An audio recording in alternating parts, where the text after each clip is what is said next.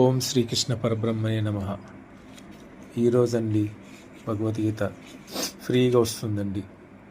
ఈ అడ్రస్ అండి. ఈ అడ్రస్ మీద గూగుల్లోకి వెళ్ళి మీరు గూగుల్లో యథార్థ గీత అని కొట్టగానే అందులో చూపిస్తుందండి. మీరు అది ఓపెన్ చేసి అందులో ఓపెన్ చేసిన తర్వాత ఇదిగోనండి భగవద్గీత, శ్రీమద్ భగవద్గీత యథార్థ గీత. వేలాది సంవత్సరాల తర్వాత శ్రీమద్ భగవద్గీత శాశ్వత వాఖ్యానం 5002 సంవత్సరాల ఇది.